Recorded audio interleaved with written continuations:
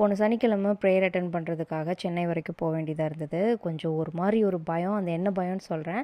அதை கொஞ்சம் கண்ட்ரோல் பண்ணுறதுக்கு பார்த்தீங்கன்னா, நான் ஃபேமஸ் ஜிகர்தண்டா பக்கத்துலேயே பஸ் ஏறுறதுக்கு பக்கத்துலேயே வந்து பார்த்திங்கன்னா இருக்கும். போய் ஒரு பார்சல் வாங்கிட்டு பஸ்ஸு வர்றதுக்கு ஒரு 10 நிமிஷத்துக்கு முன்னாடியே போயிட்டேன், ஏன்னா மிஸ் பண்ணிட வேணாம் அப்படிங்கிறதுக்காக. ஃபைனலாக பஸ்ஸும் வந்துச்சு, ஜேர்னியும் ஸ்டார்ட் ஆச்சு. இந்த ஸ்லீப்பர்லலாம் போகிறதுக்கு ஒரு விதமான பயம், அது எப்படி சொல்கிறதுன்னு தெரியல. பட் ஆனால் பஸ்க்குள்ளே ஏறினோன்னு பார்த்திங்கன்னா நல்ல டிரைவர், நல்ல கண்டக்டர், ரொம்ப டீசெண்டாக நடந்துக்கிட்டாங்க. அப்புறம் அப்படியே கொஞ்சம் காமாச்சு. ப்ரேயர் பண்ணிவிட்டு நான் வாங்கிட்டு போன ஜீர்தண்டாவை நல்லா ஒரு மிக்ஸ் அடிச்சு அதை குடிச்சிட்டே இருக்கும்போது பார்த்திங்கன்னா மைண்ட் இன்னும் கொஞ்சம் அப்படியே ரிலாக்ஸ் ஆச்சு. ஏதோ எனக்கே தெரியாமல் ஒரு ப்ளசன்ட் ஃபீலு, அந்த ஃபீலோடய அப்படியே ஸ்டார்ட் பண்ணேன். அதே மாதிரி ரெட் பஸ்ஸில் டிக்கெட் புக் பண்ணுறது ரொம்ப நல்லதாக போச்சுங்க. இந்த சைடில் மேலே எல்லாமே அந்த உமன் அந்த புக் பண்ணியிருந்தா பிங்க் கலரில் காமிக்கிறதுனால வந்து பார்த்திங்கன்னா, ஸோ அதெல்லாம் பார்த்து தான் புக் பண்ணியிருந்தேன். என் பெட்டுக்கு பக்கத்தில் அழகாக ஒரு குட்டி குழந்தை சத்தமே இல்லாமல் சூப்பராக தூங்கிட்டு வந்திருந்தது. கரெக்டாக ஒரு 4-5 ஹவர்ஸில் ரெஸ்ட் ரூம் நிறுத்தினாங்க. அந்த ரெஸ்ட் ரூமும் ரொம்ப க்ளீனாக இருந்தது. ரேட்டிங்லேயும் ரெஸ்ட் ரூம் க்ளீனாக இருக்குன்னா கேட்குறாங்க. ஸோ ரெட் பஸ்ஸில் அதனால் எல்லாமே நீட்டாக இருந்துச்சுங்க. ஒரு 4:30க்கெலாம் முழிப்பு வந்துருச்சு. ஒரு விதமான பதட்டம், கரெக்டாக நம்ம பிளேஸ்க்கு போயிடணும் அப்படின்னு சொல்லிட்டு நான் ஃபஸ்ட்டு அதில் முழிப்பு வந்தோன்னே பார்த்தது ஜன்னல் வழியாக வந்து பார்த்திங்கன்னா ஷாலோம் அப்படிங்கிற ஒரு வேர்டு. ஷாலோம் அப்படின்னா அமைதின்னு அர்த்தம்.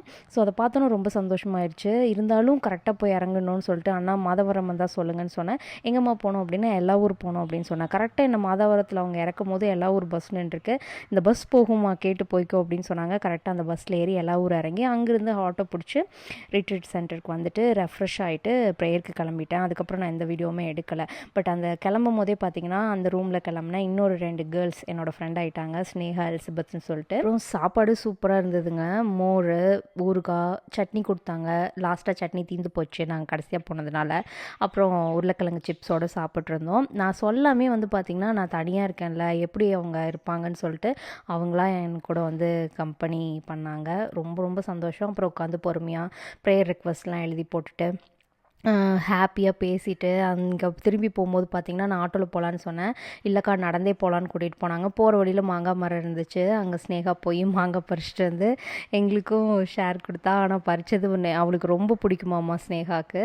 ஸோ போக போக நாங்கள் பேசிகிட்டே போனோம். கொஞ்சம் தூரத்துக்கு மேலே என்னால் நடக்கவே முடியல. நான் சொன்ன, ஸ்னேகா நீ தான் காரணம் நான் நடக்கிறதுக்கு அப்படின்னு சொல்லிட்டு. 100 rupees எனக்கு மிச்சமும் ஆச்சு. பத்ததுக்கு எனக்கு தூக்க முடியலன்னு கொஞ்சம் நேரம் எலிசபெத் வந்து பேக்கை தூக்கிட்டு வந்தா. அப்புறம் எலிசபெத்தாலையும் ஒரு டிஸ்டன்ஸ்க்கு மேலே வெயிட்டாக இருக்கும்னு சொல்லிட்டு நாங்கள் 2 பேரும் ஷேர் பண்ணி தூக்கிட்டு வந்தோம். உண்மையிலே அன்எக்ஸ்பெக்டடாக என்னோடய ஜேர்னியில் இவங்க 2 பேரும் கிடச்சாங்க. ஆனால் ரொம்ப ஹாப்பியான ஜேர்னியாக அமைஞ்சதுங்க. திரும்பி ரிட்டன் வரும்போது பார்த்திங்கன்னா, நான் ஸ்லீப்பர் வந்து அப்பர் பர்த் போட்டிருந்தேன். நைட்டு திரும்ப வரும்போது அந்த வானத்தை பார்த்துட்டு ஒரு மாதிரி ஏதோ மனசுக்கு ரொம்ப இதமாக சந்தோஷமாக இருந்துச்சு. ஹாப்பியாக வீட்டுக்கு வந்தேன். இந்த வீடியோ பிடிச்சிருந்ததுன்னா லைக் பண்ணிடுங்க. தேங்க்யூ ஃபார் வாட்சிங்.